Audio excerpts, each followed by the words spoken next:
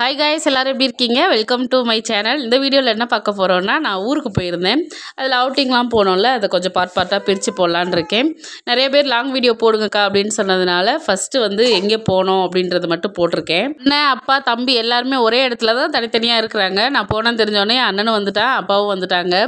அப்படியே அண்ணன் நிறைய ஸ்நாக்ஸ்லாம் வாங்கிட்டு வந்தாங்களா, சாப்பிட்டுட்டு நைட்டு சாப்பாடை முடிச்சுட்டு தூங்கியாச்சு. ஒரு நாள் காலையில் எழுந்து சாப்பிட்டுட்டு அதுக்கப்புறம் கடலை வேர்க்கடலாம் வச்சு கொடுத்துருந்தானா அதை சாப்பிட்டுட்டு இருந்தோம். அப்புறம் இந்த 90s கிட்ஸ்லாம் விளையாடுவாங்களே, அந்த சுற்றி சுற்றி ஒரு மிட்டாய், அது மாதிரி கொடுத்துட்டு இருந்தேன். எங்கள் இனியாப்பா, எங்கள் அப்பா பதுக்கட்டு எல்லோரும் விளையாண்டுட்டு இருந்தாங்க. அதுக்கப்புறம் கடலையில் தம்பிக்கு தோடெல்லாம் போட்டு அழகு பார்த்துட்டு இருந்தோம். அன்றைக்கின்னு ஷடோன்னு வேறு, சரி வெளியில் எங்கேயாவது கிளம்பிடலாம் அப்படின்னு சொல்லிட்டு தான் கிளம்பினோம். எங்களோட பிளானே வந்து ஊட்டி போகிறது தான். இங்கே மழையும் அதிகமாக பேஞ்சிட்டு இருக்கு, அது மட்டும் இல்லாமல் க்ரௌடு ஓவராக இருக்குது அப்படின்னு சொன்னதுனால வேணான்னு சொல்லியாச்சு. ஏன்னா பிள்ளைங்களுக்கும் ஒத்துக்காது, எனக்கும் நயன் மழை பெஞ்சிக்கிட்டு இருந்தால் பிடிக்காது. ஏன்னா போனால் என்ஜாய் பண்ணணும், அதை விட்டுட்டு ஒரு மாதிரி கசகசன்னு இருக்கக்கூடாது.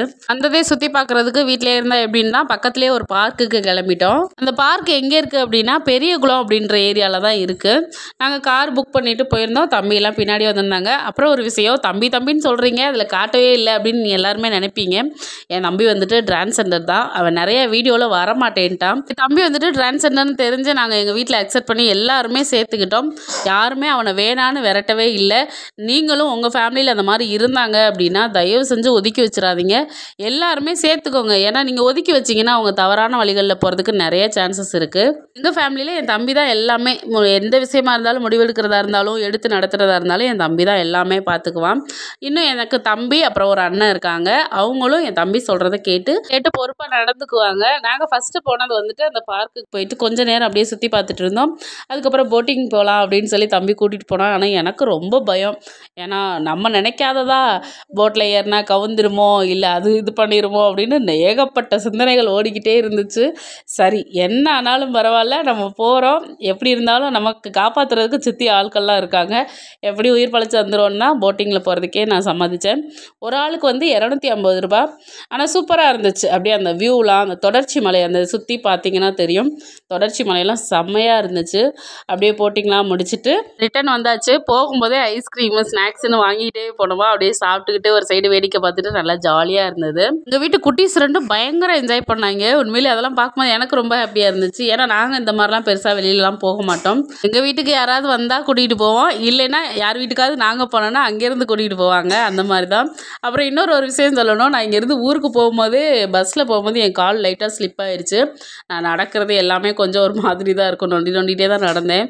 சரி வந்துட்டோமே, அப்படியே ரூம்லேயே உட்காந்துட்டோன்னா போர் அடிச்சிடும், ஏன்டா வந்தோன்ற மாதிரி ஆயிரும். அதனால தான் எங்கே கூப்பிட்றாங்களோ அங்கே போயாச்சு. அதுக்கு எனக்காக தான் தம்பி எல்லா இடத்துக்குமே கார் அரேஞ்ச் பண்ணி கூட்டிகிட்டு போயிட்டு இருந்தான். அப்புறம் அந்த போட்டிங்லாம் போயிட்டு வெளியில் வந்ததுமே ஸ்நாக்ஸ் சாப்பிட்டுட்டு தான் வந்தோம். வெளில வந்ததுமே அந்த ஜூஸு சமோசாலாம் பார்த்தோன்னா ஆசையாக இருந்துச்சா, அதை வாங்கி சாப்பிட்டுட்டு அப்படியே ஒரு இடத்துல போய் செட்டில் ஆயாச்சு. அங்கே வியூ செம்ம சூப்பராக இருந்துச்சு, பார்த்தீங்கன்னா உங்களுக்கு தெரியும்.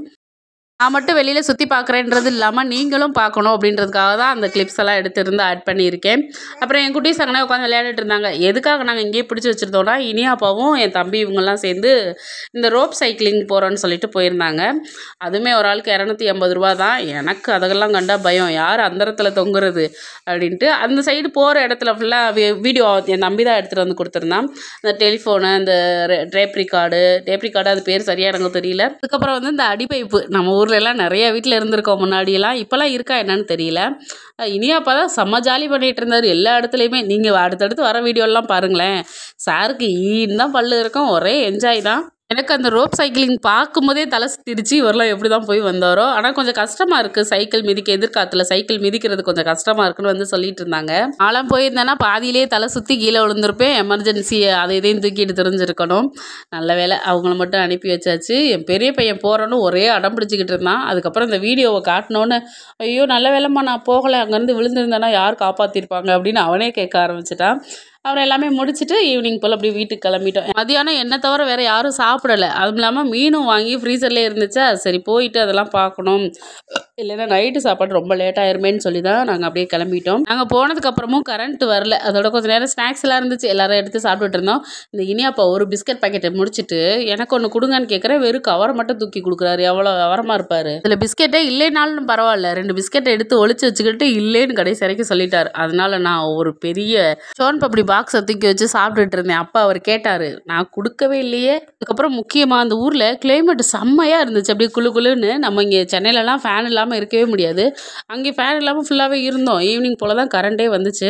அந்த ஊர் இந்த ஊருன்னு சொல்கிறேன்னா கமெண்ட்டில் ஒருத்தவங்க கேட்டிருந்தாங்க, கடைசி வரைக்கும் எந்த ஊருன்னு சொல்லாமையே சமாளிச்சிட்டிங்களே அப்படின்னு. எந்த ஊருன்னு சொல்லாமலாம் இல்லை, கண்டினியூவாக வீடியோ பார்த்துருந்தா நான் எங்கே போயிருந்திருக்கேன்னு தெரிஞ்சிருக்கோம் உங்களுக்கு. கோயம்புத்தூரில் தான் தம்பி இருக்கா, அங்கே தான் வந்திருக்கோம். கொஞ்ச நேரத்துலேயே கரண்ட் வந்துருச்சு. அதோட எல்லாருமே சமைக்கிறதுக்கு ஹெல்ப் பண்ண ஆரம்பிச்சிட்டாங்களா. சரி நம்ம மட்டும் சும்மா இருந்தால் நல்லா இருக்காதுன்னு சொல்லிட்டு நானும் போய் அந்த கூட்டத்தில் ஐக்கியமாகிக்கிட்டேன். என் தம்பி வந்துட்டு மீன் குழம்பு செம்மையாக வைப்பேன், அது மாதிரி சிக்கன் கிரேவியும் சூப்பராக இருக்கும்.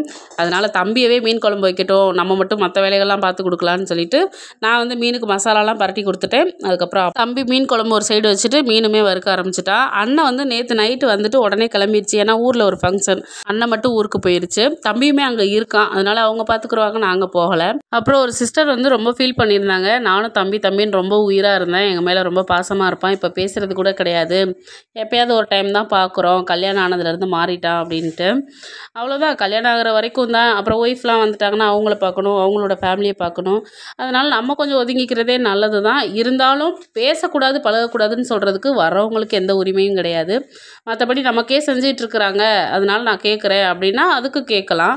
நானுமே சில பேரை பார்த்துட்டு தான் இருக்கேன், கல்யாணம் ஆகிற வரைக்கும் நம்ம கூடயே தான் இருக்காங்க, பழகுறாங்க, எல்லாம் பண்ணுறாங்க. ஆனால் கல்யாணம் ஆனதுக்கப்புறம் மட்டும் முன்னாடி தான் நல்லா பேசுனாங்க பழகுனாங்க, இப்போ தான் நாங்கள் வந்துட்டோம்ல, கல்யாணம் பண்ணிட்டோம்ல, எங்களுக்கு தான் அந்த உரிமை அப்படின்னு சில பேர் சுற்றிக்கிட்டு தான் இருக்கிறாங்க. என்ன பண்ணுறது, அவங்களெல்லாம் திருத்தவே முடியாது, வேறு வழியும் இல்லை. ஃபீல் பண்ணாதீங்க சிஸ்டர், என்றைக்கும் உங்கள் தம்பி உங்களை நினச்சிக்கிட்டே தான் இருப்பாங்க. அன்றைக்கி நைட்டு நல்லா சாப்பிட்டுட்டு அப்படியே தூங்க போயாச்சு. இந்த தம்பி பேர் வந்து ஹரி, தம்பிங்களோட ரொம்ப நல்லா பழகுனா. மீண்டும் சந்திப்போம், டாடா.